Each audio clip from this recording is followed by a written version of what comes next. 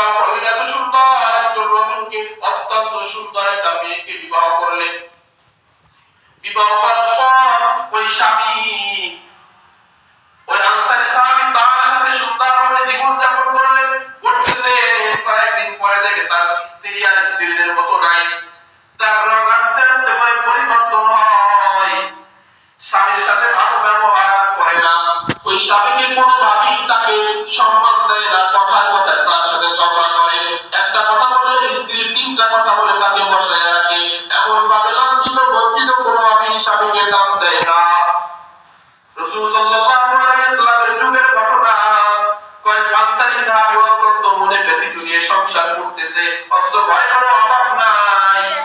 এমন আছে না যে ঘরে অনেক টাকা পয়সার অভাব, খাবারের অভাব, এই জন্য স্ত্রী গুনায় জ্বালায়। ওই স্ত্রীর স্বামী তেমন ছিলেন না, ওই স্ত্রী ছিলেন উগ্র মেজাজের। তার চক্ষু ছিল বাহিরের চক্ষু, আসলে ভিতরটা তার ছিল, উপরটা পরিষ্কার থাকলেও তার ভিতরটা ছিল অত্যন্ত কালো। আনসারী সাহাবী শুধু কান্না করতো আল্লাহর কাছে, মালিক আমার স্ত্রীকে তুমি আল্লাহওয়ালা বানায় দাও, আমার স্ত্রীকে আমার কথা মতো চলার মতো তৌফিক দাও। স্ত্রী কোনোভাবে হয় না, আল্লাহ তাকে হেদায়েত দেয়, হেদায়েত পাবে, আর আল্লাহ তাকে হেদায়েত দেয় না, সে পশ্চিম কালেও হেদায়েত পাবে না। এমন কয়েকদিন চলতে লাগলো, কয়েকদিন চলতে চলতে চলতে চলতে এমন করে সংসার আর কাটে না। হঠাৎ করে স্ত্রী মারা যায়, হঠাৎ করে দুনিয়া ছেড়ে চলে যায়। ওই স্ত্রীকে কবরে রাখা হলো।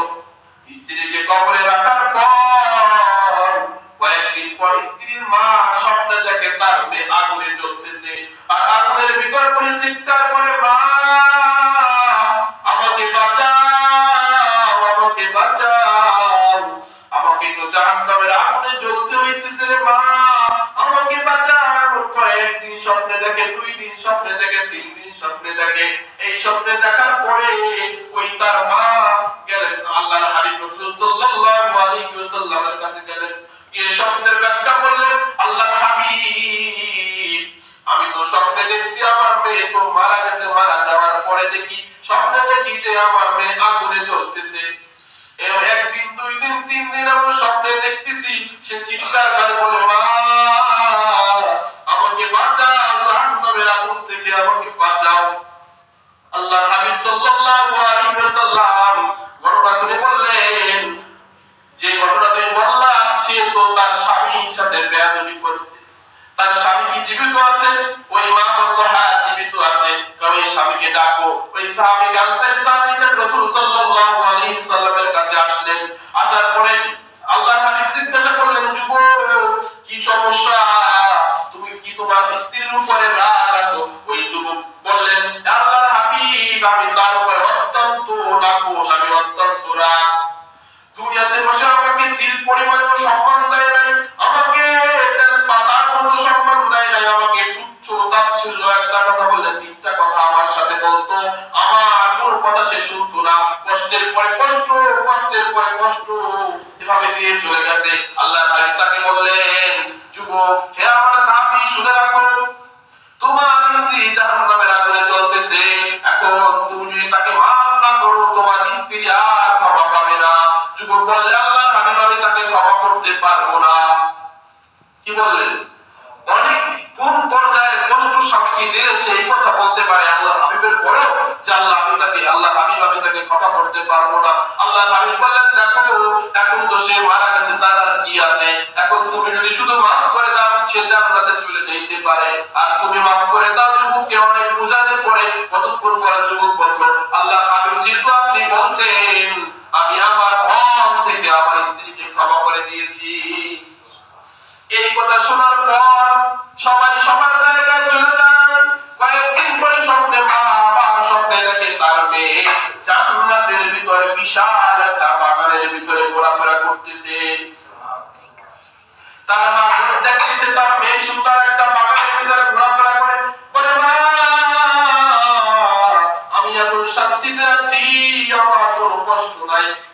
মা জিজ্ঞাসা করলেন, সে আমার মেয়ে, তোমাকে তো কয়েকদিন আগে আমি আগুনের ভিতরে দেখছি, তুমি তো চিৎকার করে আমাকে বলতেছিলে আমাকে বাঁচাও, আমাকে বাঁচাও।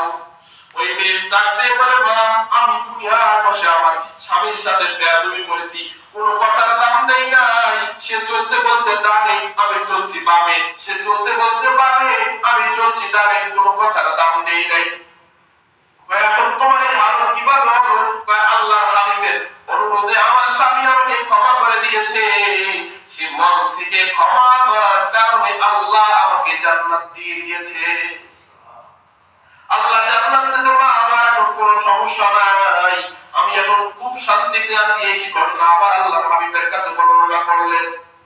আচ্ছা আল্লাহর হাবিব, আমি আমার স্বপ্ন দেখছি যে আমার মেয়ে জান্নাতের ভিতরে ঘোরাফেরা করে, অত্যন্ত শান্তিতে আছে। আমার কাছে বলেছে তার স্বামী ক্ষমা করার কারণে তাকে আল্লাহ মাফ করে দিয়েছে।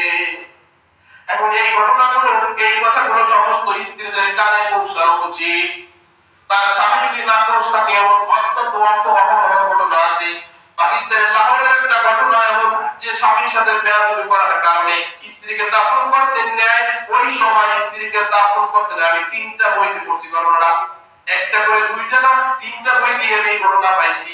এই ঘটনা হলো লাহোরের একটা এলাকায়, পাকিস্তানে, ওখানে যখন স্বামীর সাথে অত্যন্ত বেয়াদবি করার পরে স্ত্রী মারা যাওয়ার পরে যখন দাফন করতে নেয়, সবার সামনে বসে তাকে দাফন করার সাথে সাথে কবরের ভিতরে এত বড় একটা সাপ এসে ফেলা ধরে থাকে, যাওয়ার মতো কোনো জায়গা নাই, ওখানে ধোয়ার মতো কোনো কায়দা নাই। এমন ঘটনা শোনার পরে ওই এলাকার লোক আলেমদের কাছে গেলেন যে, আলেমরা আপনারা শুনে